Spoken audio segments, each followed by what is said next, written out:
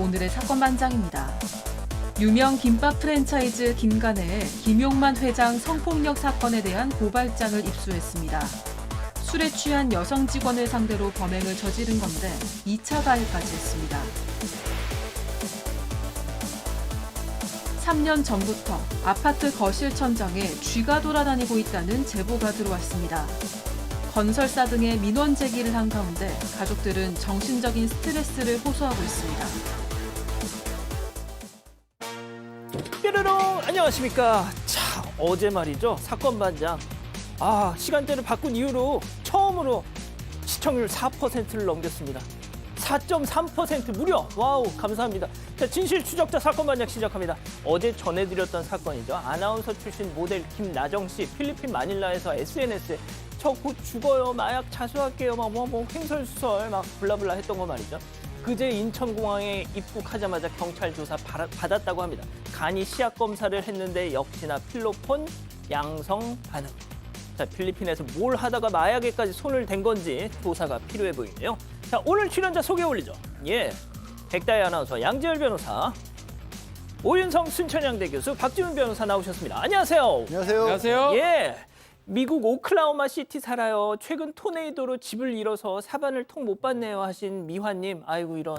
자, 대만에도 사반 가족 있어요 하신 김수진님.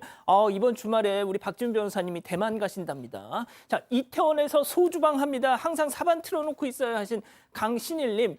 우리 엄니 김남희 여사 덕분에 사반 입문했습니다 하신 이익범님. 자, 스위스발 미국 템파행 비행기입니다. 발이 객실 천장에 닿을 정도네요. 종 내려 하신 클로이님. 자, 오늘 아침 제주행 비행기입니다. 기내식 먹는 테이블 위에다가 저게 무슨 짓이에요. 종 내려 하신 이주희님. 자, 전국의 수험생 여러분 고생 많았습니다 하신 권성환님. 우리 오마니 김규현 여사 생일이에요 하신 홍연경님. 자, 오늘 부모님 결혼기념일입니다. 아빠 정병욱, 엄마 추경옥 씨 완전 사랑해 하신 정아람님. 자, 곧 있으면 돌아가신 엄마의 첫 생일입니다. 다시 태어나도 김인혜 여사 딸로 살게요. 사랑해 하신 장정원님. 자, 최현명님, 박창수님 모두 사랑합니다. 자, 재미는 물론 의리로 함께할 아세사바 뉴스 750. 대한민국과 전 세계 동포 가족 여러분의 시선을 모아서 출발합니다.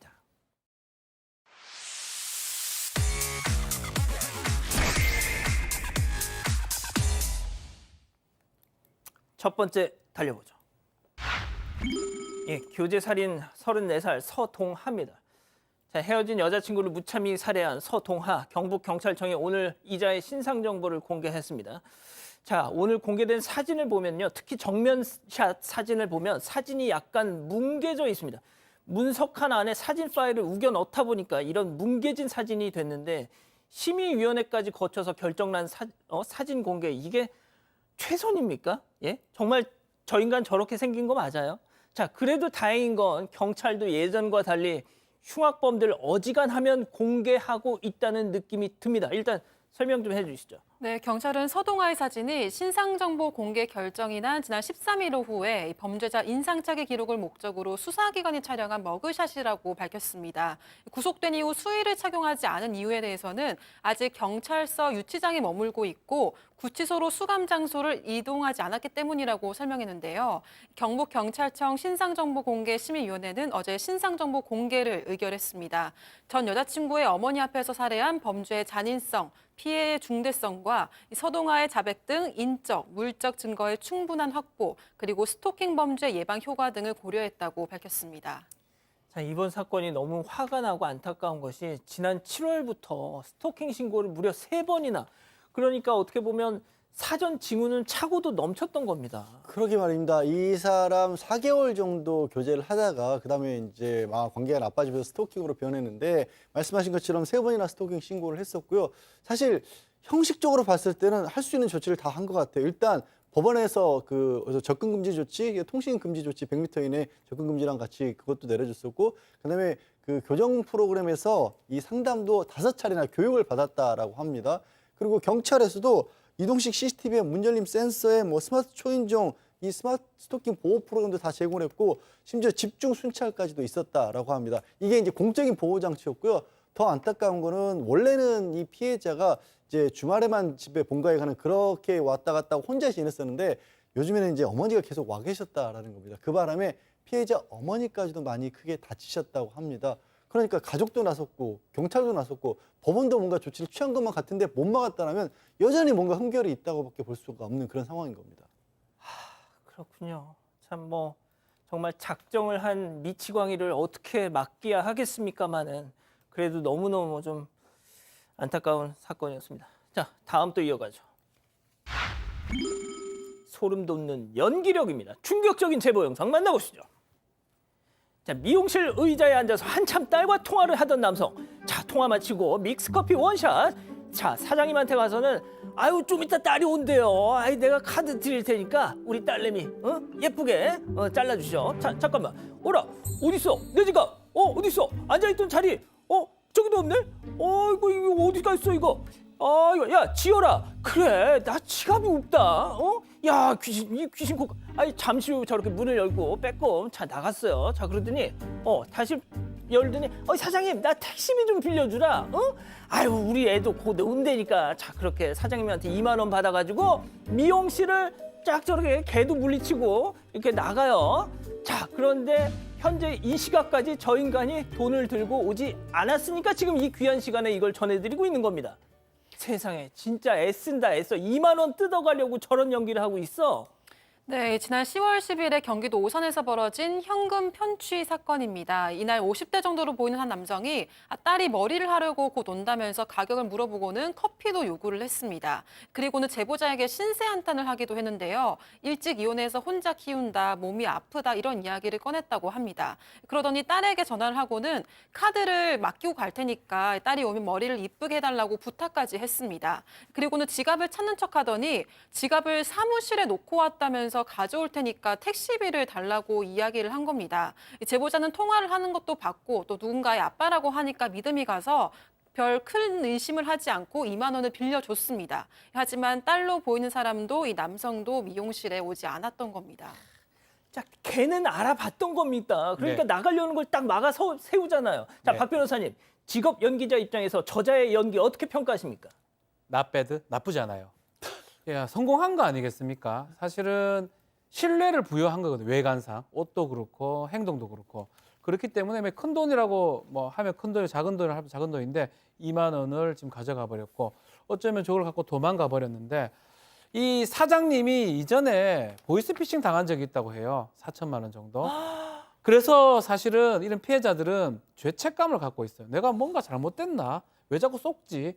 이번에 금액은 그렇게 크지 않을 수 있지만 그 피해자로서의 죄책감 막 이런 것 때문에 지금 얘기를 하는 것 같고 아유. 혹시나 이게 연기가 아니고 실수였다면 빨리 좀 갖다 주라 2만 원이다 라고 얘기를 하고 있고요.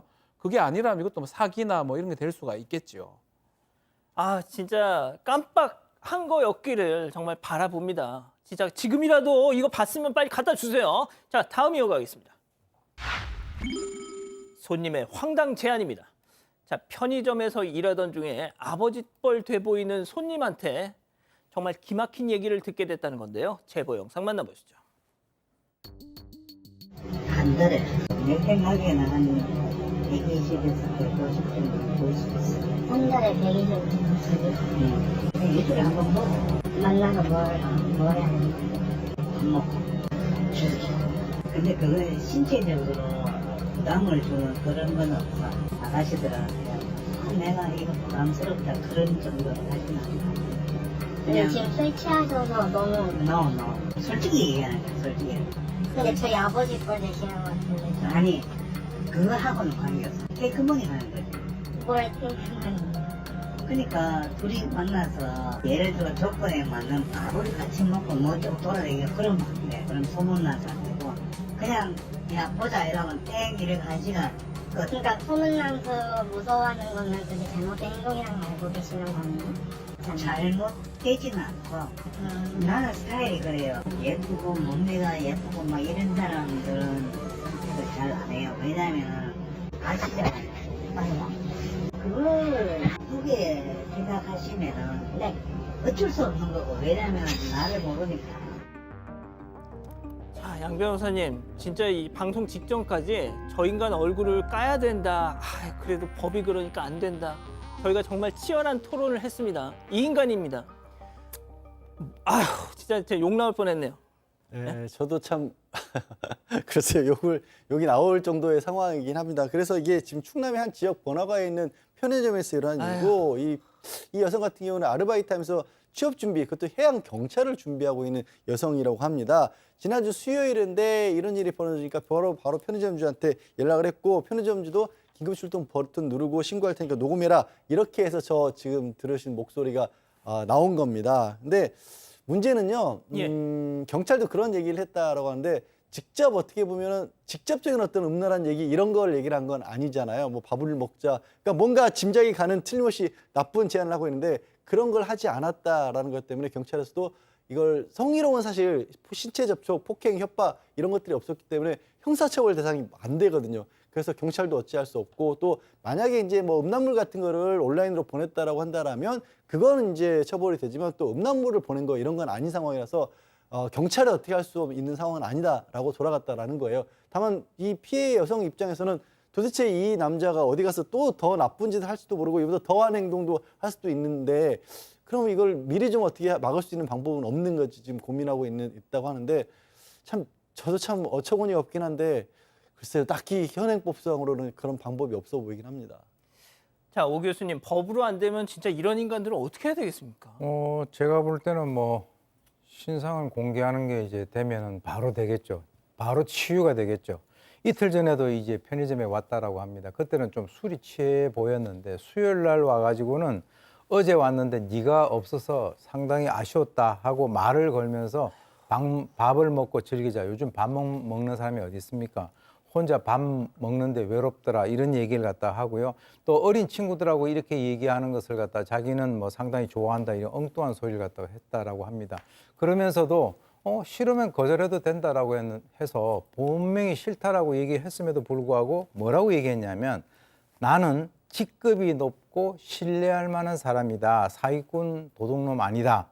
여자들이 보통 방을 많이 하는데 생각이 많아서 그런 것이다. 이제 이런 식으로 얘기를 했다는 거죠. 그래서 경찰이 아마 이 남성하고 만났던 것 같아요. 그래서 다시 오지 말라, 오면은 스토킹 신고가 가능하다, 이렇게 얘기를 했다라고 하는데, 이 편의점 근처에서 어슬렁거리는 것 때문에 사실은 불안해서 이게 제보를 했다라고 합니다.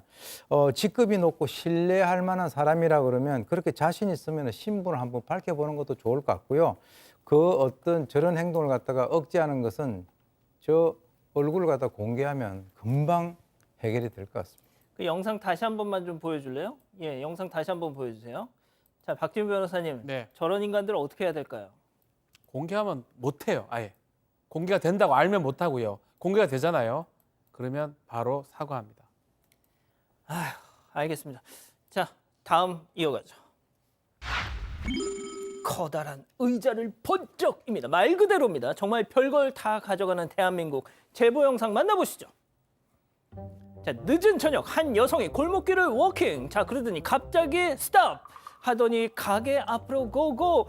어머, 이거 완전 내 스타일이야. 자, 의자를 붙잡고 차차차차차차 번쩍 들어 올리고 왔던 길로 고백. 저 기다란 의자를 머리에 이고 괴력을 뽐내면서 갔다는 겁니다. 박 변호사님, 예. 천하장사 만세. 예. 힘 셉니다. 이 대구 달서구에서 술집 운영하고 있는 사장님이 제보자인데, 11일 날 월요일이 가게 휴무였는데, 다음 날 아침에 가게에 가보니까 가게 앞에 있는 아주 기다란 의자가 없어진 걸 발견합니다. 이게 왜 없어졌지 싶어서 CCTV를 보니까 웬 여성이 왔는데, 힘셉니다. 저거. 예, 번쩍 듭니다. 밤에 번쩍 들고 이것을 머리에 이고 사라져 버리는 모습이 보였던 겁니다. 사실 저 의자가 누가 보더라도 버려진 게 아니잖아요. 당연하죠. 근데 혹시나 버려진 걸로 착각했나 싶기도 하고, 저 의자는 밖에서 쉬고 대기하는 어떤 어르신들한테 좀 주려고 했던 그런 의자입니다. 웨이팅 의자. 앉아 있어요. 그런 의자인데 아직까지 의자가 지금 돌아오지 않고 커뮤니티 글을 썼대요. 예. 의자 돌려놔라. 그거 뭐 버린 거 아니다라고 했지만 강간무소식이고, 일단은 이 제보자님은 그렇게 믿는 것 같아요. 착각한 거다. 근데 제가 착각 아니에요. 착각한 사람이 저렇게 막 이고 갑니까? 노리고 온 거예요. 절도범이죠, 사실은. 오 교수님, 진짜 만약에 정말 이거를 버리려고 내놓은 건가 하면 똑똑하고 물어볼 수 있잖아요. 제가 볼 때는 저 의자 상태가 버리려고 내놓은 게 아닌 것 같아요. 그래서 뭐 저기다 내놓으면 사람들이 앉는 것은 모르겠으나 저렇게 번쩍 들어가지고 가져가면 그러면 집 밖에 있는 것은 전부 다 가져갈 수 있다라고 우리가 볼 수 있는 것 때문에 저렇게 하게 되면은 분명히 무슨 의지가 있는 것으로 보입니다. 그러니까요. 좋습니다. 자, 마지막 사연으로 가볼게요. 불화의 발단은 고기입니다. 아, 정말 저 오늘 이번 사연은요.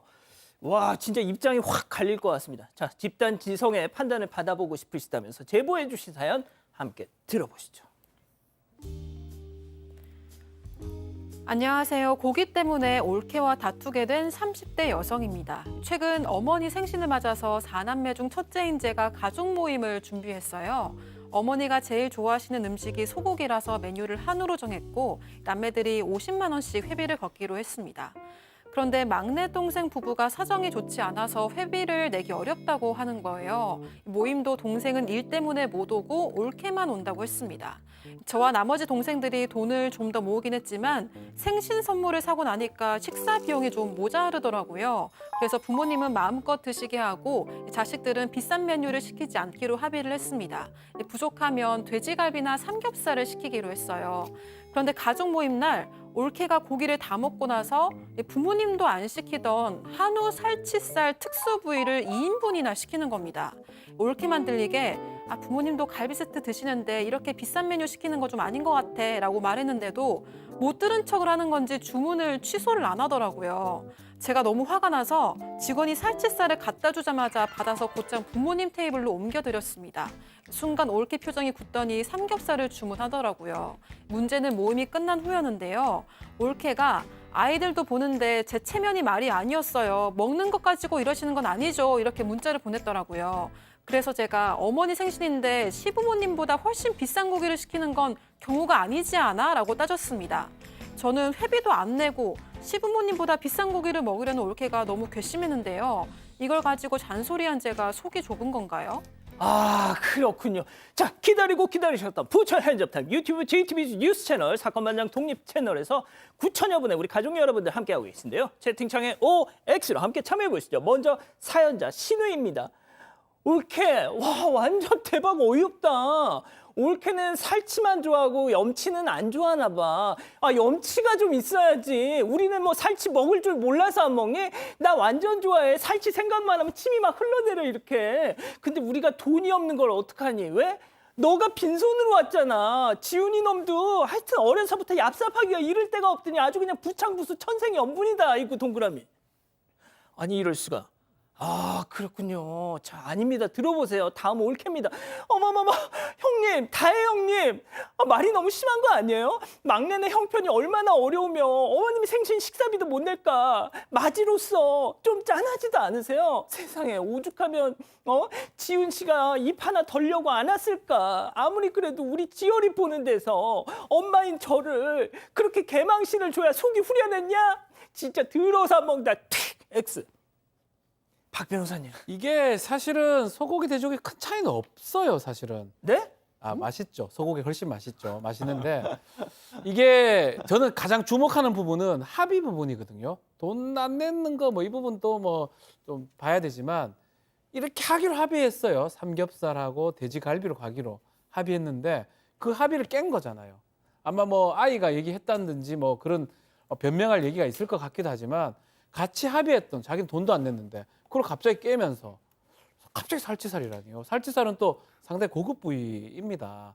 그렇기 때문에 요거는 합의 깬 거에 대해서 분명히 문제 제기를 할 수 있다고 봅니다. 그렇군요. 오 교수님.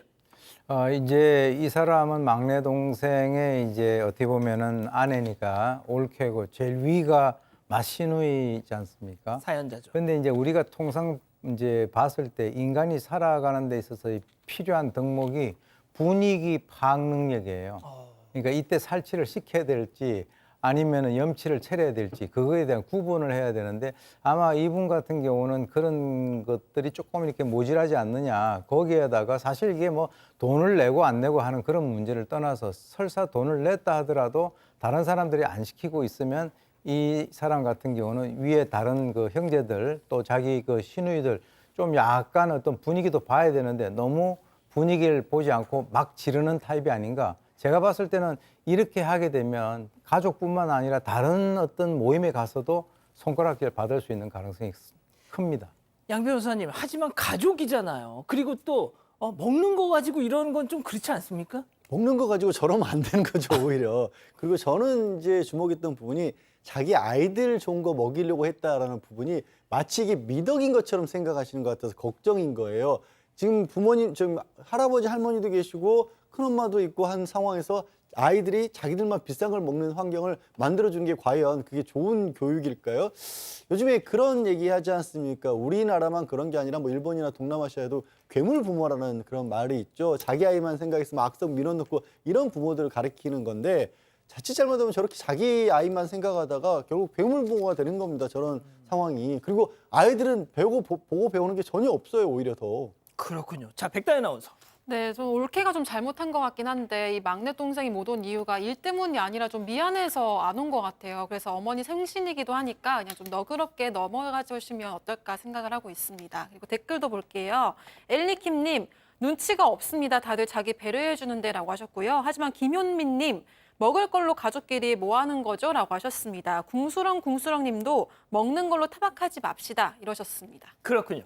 자, 사반 제보 메일과 카톡 제보 채널에서는 많은 사연 제보 기다리고 있습니다. 고3 수험생 따님을 두신 윤지훈님 보고 계신가요? 오늘 오전에 그야말로 활극을 찍으셨대요. 자녀가 이 학생증, 신분증을 다른 가방에 넣고 들고 나온 바람에 서울 개포동 집에서 양재역 고사장까지 도저히 이 제 시간에 갈 수 없는 상황. 급할 땐 언제나 그렇듯 대한민국 경찰. 자, 바로 그때 일원지구대 순찰차가 등장했고 차에 올라탄 자녀는 정말 기적처럼 셧다운 7분을 남기고 입장. 예. 일원지구대 이진우 경위님, 이영선 순경님, 이 은혜 평생 잊지 않겠습니다 하셨네요.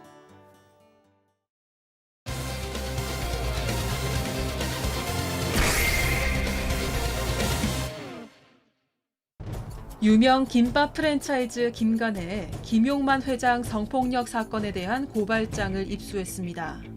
술에 취한 여성 직원을 상대로 범행을 저지른 건데 2차 가해까지 했습니다. 어떻게 된 일인지 알아봅니다.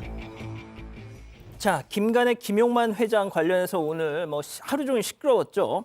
먼저 김간의 다들 아실 겁니다. 1994년 서울 대학로에서 정말 작은 김밥집으로 시작을 했어요.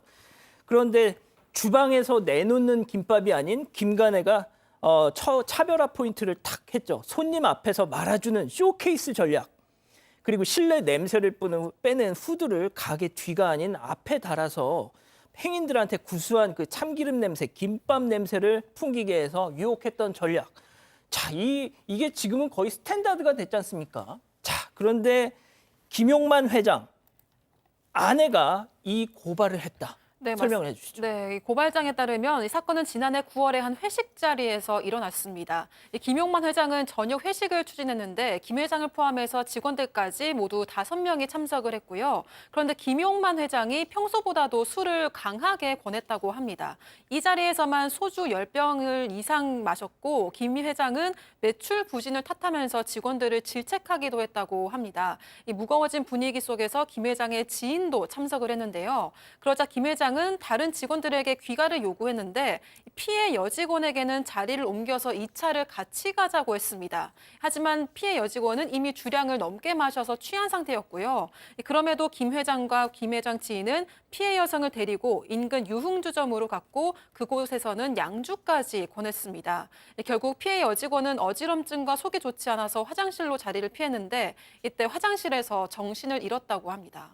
다시 한번 말씀드리겠습니다. 이 김용만 회장의 성비위 사건, 그 고발장을 저희가 입수를 했는데 그 고발을 누가 했느냐? 김용만 회장의 아내 박은희 대표가 한 겁니다. 자, 양 변호사님, 정신을 잃고 이렇게 쓰러졌어요. 자, 그런데 온전히 집에만 보냈으면 문제가 없는 거잖아요. 그리고 일단 고발장 내용에 따르면 이 피해 여성 같은 경우 잘 기억도 나지 않은 상황이었고, 근데 어렴풋이 집에 가야지 하면서 자기를 부축하는 그런 기억만 있었답니다. 그런데 이후에 또 눈을 떴을 때는 집에 있었던 게 아니라 침대 위에 반쯤 벗겨진 상태로, 옷을 아우. 벗겨진 상태로 누워 있었고, 그리고 김 회장이 성폭력을 강제 투행을 저질렀던 상황이었고요. 알고 보니까 그 유흥주점 위에 있는 모텔로 이 여직원을 데려갔던 거고요. 사실 이 정신을 못 차리고 있는 이 상태에서 이렇게 강제 투행을 당했고, 또 눈을 뜨고 나서 바로 정황부에서 신고를 하려고 했는데 휴대전화를 찾을 수가 없었더랍니다. 이것도 고발장에는 어떻게 나오고 있냐면, 지금 회장하고 회장 지인이 이 여직원을 데리고 술집을 또 간 거잖아요. 그 지인이 이 여성의 전화기를 가져갔다라고 그렇게 고발장에 또 나옵니다. 자, 저희가 고발장 내용을 기초로 전해드리는 겁니다. 자, 그런데 그 모텔 안에서의 그 또 이어지는 상황도 기가 막혀요. 예, 이것도 뭐 고발장에 의한 내용이긴 한데요. 이렇게 여성이 도망가려고 하니까 강제 추행을 하고 도망가려고 하니까 붙잡으면서 잠깐만 있어봐라. 내가 부장 승진시켜 줄 테니까 걱정하지 마라. 이런 얘기도 했다고 그러고요. 남자친구 있느냐? 또 내가 종종 연락하겠다라고 하면서 이후 만남까지 권했다고 합니다. 사실은 사건도 충격이지만 이런 상황에 자기 혼란스러울 수밖에 없었고요. 이후에 수억 원 합의금을 제시를 했다고 합니다. 범행을 외부에 발설하지 않는 조건으로 합의서 동의를 강요했고, 또 민형사상 책임을 구하지 않는 처벌 불원서 작성도 내밀었다고 하는데, 여직원 피해자 입장에서는 회사에서 좀 오래 일을 해야 되고 직장을 잃을 수 없기 때문에 마지못해서 동의를 했다고 합니다. 자, 피해자 입장에선 뭐가 됐든 정말 상처를 혼자 다 끌어안고 기나긴 고심 끝에 그렇게 합의를 해줬던 거겠죠. 자, 이렇게 마무리되나 했는데 합의 이후 김용만 회장은 이런 얘기를 하고 다녔다는 겁니다. 체크포인트 짚어보죠. 먼저 유혹했다.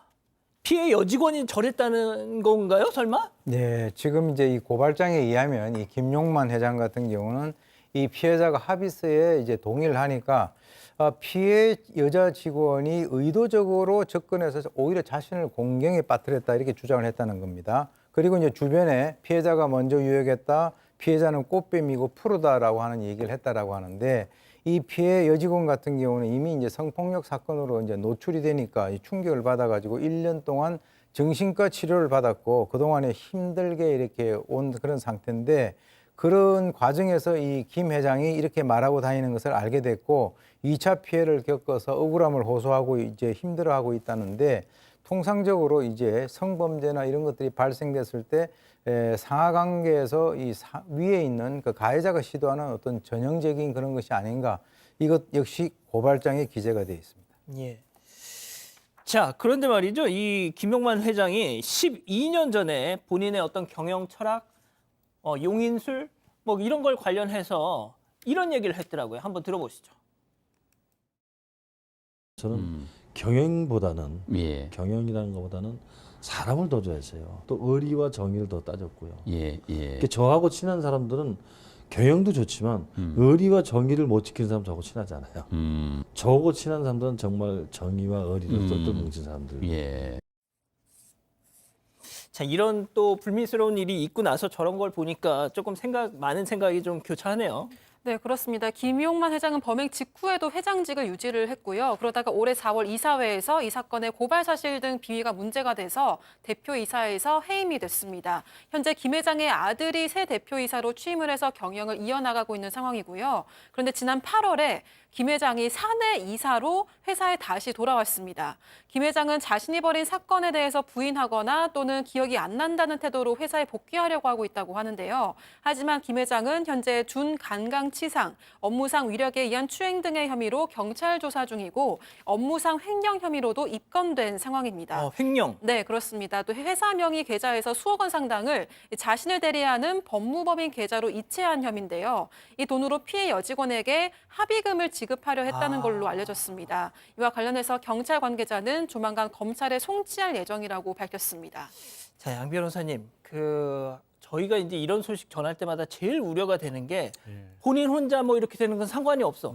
하지만 이게 프랜차이즈잖아요. 예. 가맹점주 전국에 420개나 된답니다. 사실 가맹점주들은 아실 만한 분은 다 아시겠지만 각각 개인 사업자입니다. 그냥 그 상호를 쓸 뿐이지 뭐 부하 직원도 아닌 거고 그 회사 전체 경영에 관여하는 것도 아니에요. 그런데도 사람들이 일반적으로 봤을 때 어쨌든 그 상호가 떡 찍혀 있고 이 김관래라는 이미지에는 저런 일이 머릿속에 남아 있으니까 오너 리스크라는 게 거론이 될 수밖에 없는 거고 벌써부터 이 점주들 사이에서는 이거 어떡하냐 오너 리스크 때문에 이거 뭐 이 가게 망하는 거 아니냐 손해배상 해야 되는 거 아니냐 이런 얘기가 나오고 있고 그도 그럴 법한 게 소비자들이 벌써 오늘부터 뭐 김관래 안 먹겠다. 맞아요. 이른바 불매운동 얘기가 나오고 있다라는 겁니다. 자, 이걸 어떻게든 좀 잠재우기 위해서 김관래 측에서도 오늘 입장문을 내놓긴 했습니다. 이 김 전 대표 행위 때문에 이 피해 직원분에게 상처를 줬고 또 가맹점들이 피해 받을 그런 상황에 대해 굉장히 죄송하다고 했고요. 이 2차 행위, 2차 피해가 입지 않도록 피해자가 그리고 또 가맹점도 누를 끼쳐 손을 입지 않도록 노력을 할 것이라고 그렇게 덧붙이기도 했습니다. 예, 현재 김관래의 대표이사는 아들입니다. 예, 이 김 회장의 아들인데 그리고 저희가 앞서 전해드렸는데 이 성비위 혐의에 대한 고발을 네. 아내인 박은희 네. 사장이더라고요. 그렇죠. 그렇게 아내가 직접 나서게 된 이유가 있다면서요? 일단 이게 고발이니까 제3자입니다. 피해자가 범죄자를 신고하면 고소가 되는데 처벌 불허냈기 때문에 하지 않았겠죠. 그래서 고발장이 제출이 됐는데 7월 달에 제출이 됐고 실제로 이 아내 입장에서는 어렵게 본인이 결정을 했다고 합니다. 남편이 이 경영권 다시 뭐 경영을 한다 그러면 피해도 될 수 있고 이 2차 가해 같은 것도 문제가 되기 때문에 본인이 이제 고발을 했다고 하는데 실제로 2차 가해 부분도 아마 중요시하게 봤는데 처음에는 세상에 이게 알려지는 게 두려웠다고 하는데 큰 마음을 결심을 했다고 하는데 경영권 분쟁이 좀 있다고 해요. 아들하고 또 지금 엄마죠, 또 아버지 이런 상황이 있기 때문에 그건 좀 지켜봐야 될 것 같습니다. 자, 조금 전에 또 들어온 소식인데요. 이 김용만 회장 측도 아내 이 박은희 사장을 횡령 및 배임 혐의로 경찰에 또 맞고소를 했다고 하네요. 자, 좋습니다. 첫 번째 사건 정리하고요. 두 번째 사건 이어갑니다.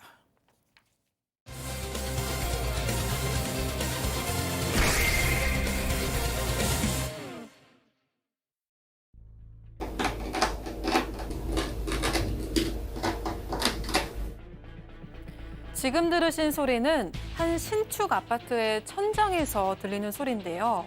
뭔가를 계속 갉아먹고 뜯는 듯한 소리가 아주 선명하게 들립니다.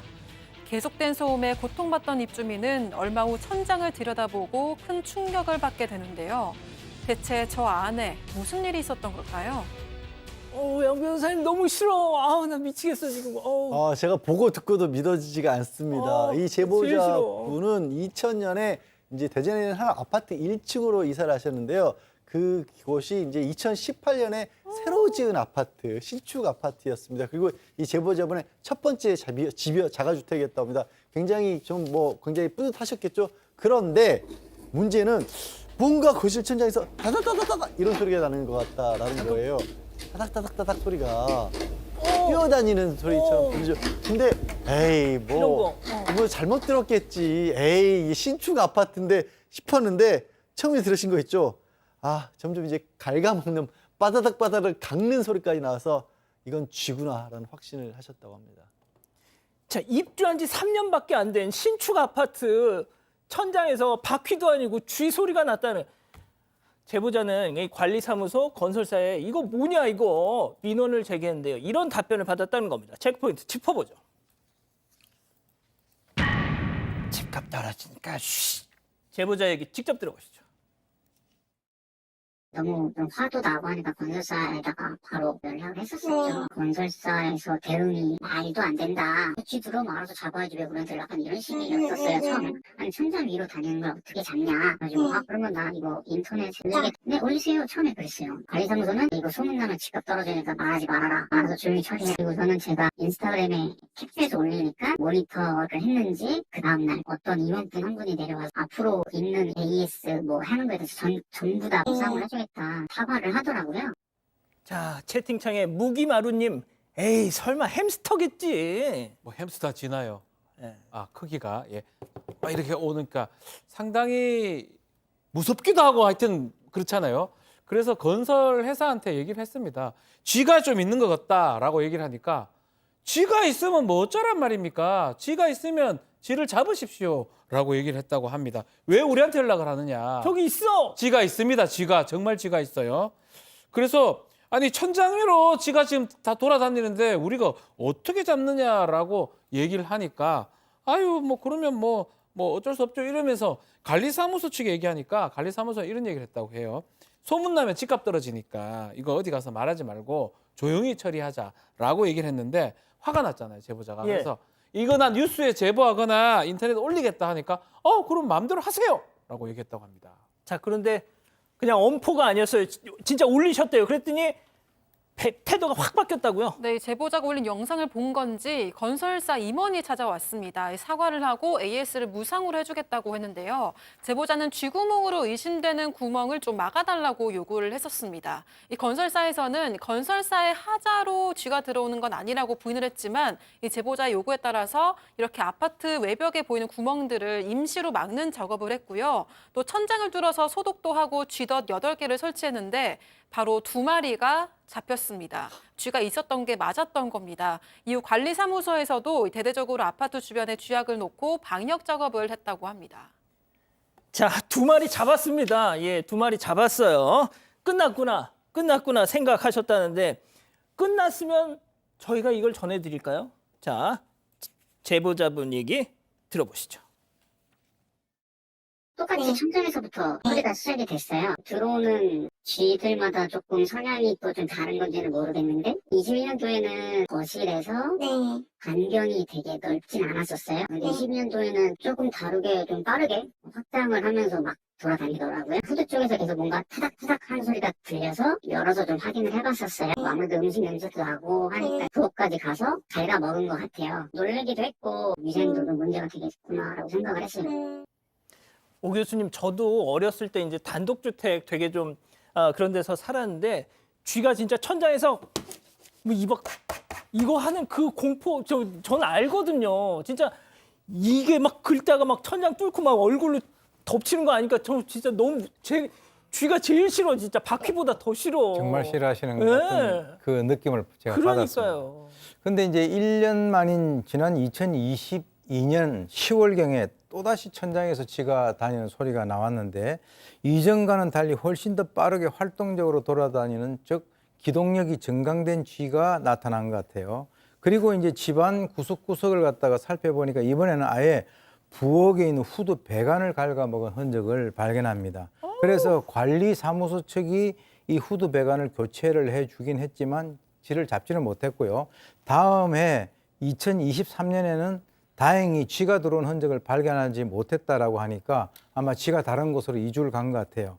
그런데 그 사이에 이 제보자 부부가 출산을 했고 이사 계획을 세우면서 집까지 내놨는데 바로 금년 10월에 또다시 쥐 소리가 들리기 시작해서 방역 업체를 갖다 불러서 전체적으로 점검을 했고 거기에서 쥐의 배설물을 발견합니다. 그런데 다시 이제 건설사 측에 문의를 하니까 뭐 건설사 하자는 아니다. 외부에서 온 것 같은데 어디서 왔는지 모르겠다. 뭐 이런 식으로 이제 얘기를 하면서 건물 외벽과 땅 사이에 틈을 메꿔주는 공사를 갖다가 진행을 하긴 했지만 또 쥐가 들어올까 봐 지금 이 두 분 같은 경우는 상당히 정말 그 신경을 곤두세우고 있는 상황이라고 합니다. 3년 동안 저러고 사셨다는데 어쩜 좋아 진짜. 아니 근데 다른 아파트들에서 제가 저런 말을 들어본 적이 없는데 뭔가 그냥 일반적인 생각으로는 제가 기사를 찾아봤는데 네. 아파트 외부에서 그런 경우는 있었어요. 그러니까요. 뭐 지하로 들어갔다는 얘기는 들어봤는데 어떻게 아파트의 천장으로 저게 아무튼 지금 이 제보자분께서는 이 실내 환기 같은 걸 돌리려도 환풍구를 작동을 시키면 혹시 거기서 오염물질까지 섞여 들어올까 봐 환풍기도 제대로 못 틀고 있고요. 그리고 아이 태어났다고 그랬죠. 이제 1살이랍니다. 이 아이가 혹시라도 뭔가 이 세균 같은 거 피해를 볼까 봐 그것도 노심초사하고 있는 상황이고 더 나아가서는 천장에 전선 같은 거, 배선 같은 거 갈으면 화재 위험도 있지 않습니까? 그럼요. 이사는 가고 싶은데 또 이 양심상 이런 집을 또 다른 사람에게 팔 수가 없으시다는 거예요. 이러지도 못하고 저러지도 못하고 계신다고 하는데 건설사 측에서 조금 더 적극적으로 나서 주셔야 하는 게 아닌가 싶습니다. 예. 아유, 예, 알겠습니다. 자, 두 번째 사건 정리하고요. 사건 연구소 이어갑니다.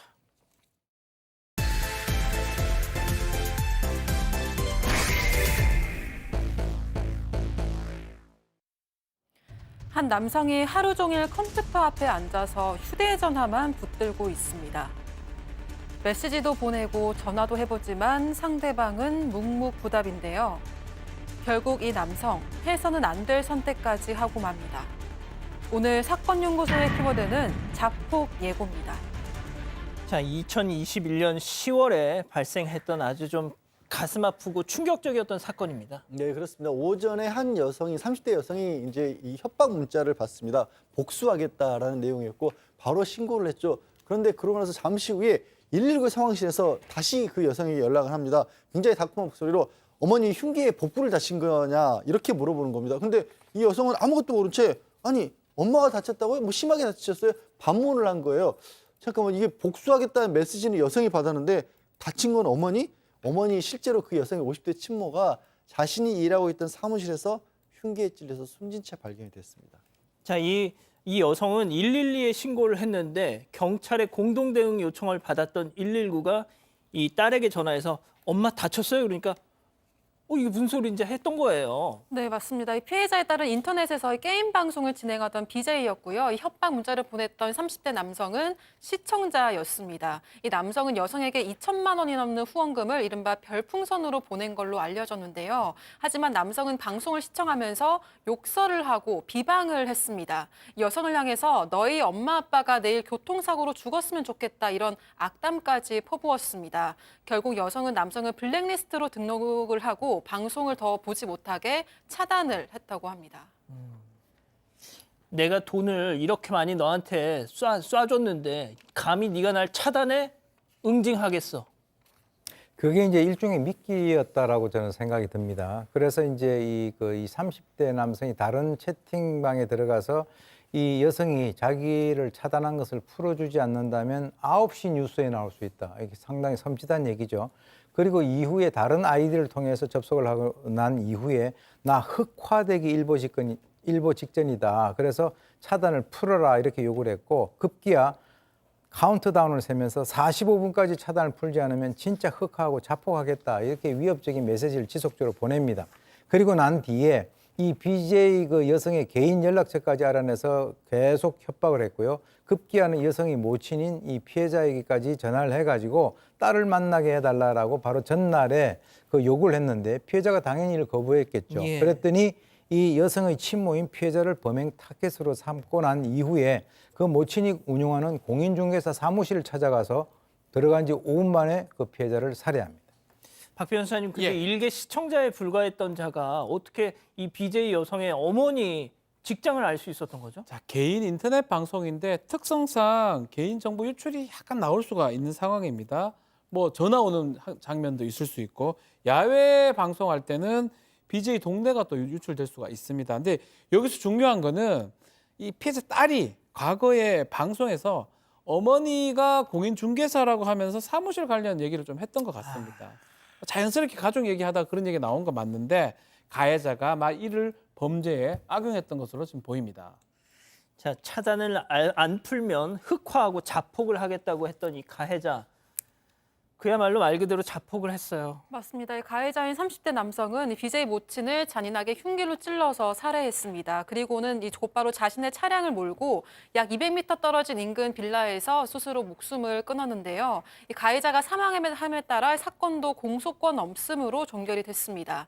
그런데 가해자가 다른 여성 BJ들에게도 욕설과 비방을 이어왔다고 합니다. 다른 여성 BJ의 집 주소를 알아내려다가 차단을 당하고 일이 커지니까 가해자가 이 본인이 활동하던 커뮤니티에 장난인데 일이 이렇게 커질 줄 몰랐다며 반성문을 올리기도 했었습니다. 또 내가 ADHD 환자라서 그렇다 이런 주장을 하기도 했는데요. 이 가해자는 반성문을 작성한 지 2달 만에 피해자의 딸을 스토킹하고 결국 살인 범죄를 저지르게 된 겁니다. 자, 정말 비겁하고 치졸한 작자였죠. 결국 하지만 이자가 스스로 목숨을 끊으면서 공소권 없음으로 이 사건 자체는 참 어떻게 보면 허무하게 종결이 됐습니다.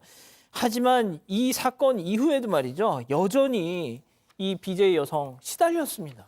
아니 나머지 그 시청하는 그 자들도 정말 도저히 이해할 수 없는 짓을 한 겁니다. 뭐냐면 이게 어머니가 돌아가셨으니까 얼마나 망연 자살을 해서 다 이제 방송을 못 하겠다라고 그렇게 공지를 올렸답니다. 그랬더니 공지 제대로 올려라. 언제까지 휴방하는 거냐. 장례는 치르자라도 시청자들에게 예의를 지켜라.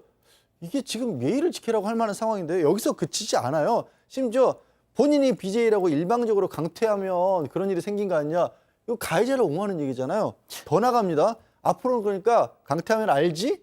어떻게 하겠다는 거예요. 그리고 이런 얘기까지 했다는 거예요. 강퇴하면 다음은 다른 가족이다. 이게 도대체 이 사람들 사람입니까? 아휴, 자, 오 교수님. 정말 이 여성 BJ들 중에서 이렇게 스토킹에 시달리는 사람들 무척 많잖아요. 네. 자, 이 심리인 것 같습니다. 어떤 막 이 별풍선을 쏴줘요. 야, 내가 이 정도 너한테 투자한 게 얼마인데 이 정도도 못 해줘? 날 감히 네가 차단을 해? 이게 참 그래요. 정말 이제 뭐 별풍선을 많이 받는 것도 좀 조심을 해야 되지 않겠나 하는 생각이 드는데 참으로 이상하게 왜곡된 그 인간들이 곳곳에 많은 것 같습니다. 우리가 이제 어떤 공격을 하는 데 있어서 크게 이제 직접적인 공격과 간접적인 공격으로 나눌 수 있는데 이번 사건 같은 경우는 어머니를 저렇게 살해한 것은 어떻게 보면 이 BJ 여성에게 직접적으로 공격을 하는 것이 아니라 오히려 살려놓은 상태에서 어머니를 살해하게 되면 평생 자기 때문에 어머니가 저렇게 돌아가셨다라고 하는 이 죄책감에 지속적으로 괴로워하도록끔 만들려고 하는 그런 어떤 그 잔혹한 심리가 발동이 된 것으로 저는 보는데요. 사실 아까 말씀드렸지만은 돈을 갖다가 많이 투자했는데 그 다음부터는 너는 내 말을 들어야 된다라고 하는 이런 잘못된 심리로 만약에 별풍선을 쏠 것 같으면 쏘지 마시고 그냥 가만히 보고 계세요. 예, 알겠습니다. 이거 뭐 참 21년도에 벌어졌던 사건인데 많은 분들이 기억을 하십니다. 자, 사건연구소 일단 이렇게 정리하고요. 잠시 전화 한 말씀 듣고 오겠습니다.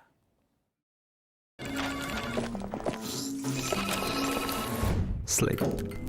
그럼 계속 그렇게 사시든가요? 새로운 면도로 익숙함을 밀어내다. Boys Be Slick. Slick. Not all give girls mentors, so answer to.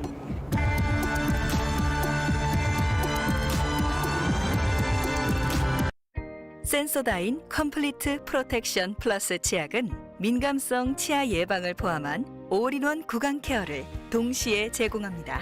지금 새로운 올인원 민감성 케어 치약을 경험하세요. 센소다인.